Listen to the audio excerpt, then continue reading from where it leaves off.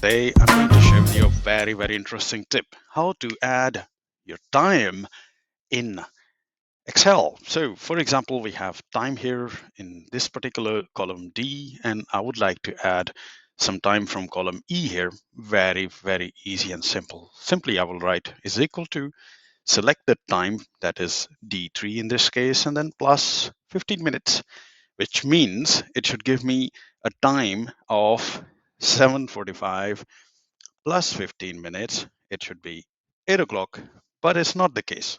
Reason is I didn't include the right formula. So let me include the correct function here.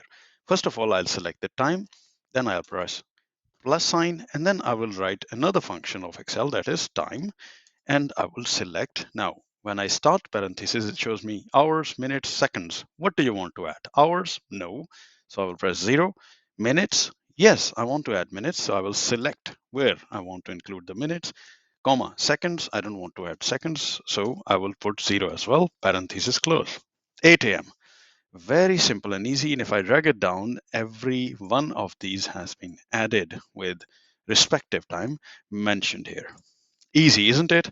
Now I will show you another technique, that is to reduce the time. So the same way, select the time, then minus sign, write the same function time, 15. Actually, I will not add hours. So again, I will add 0.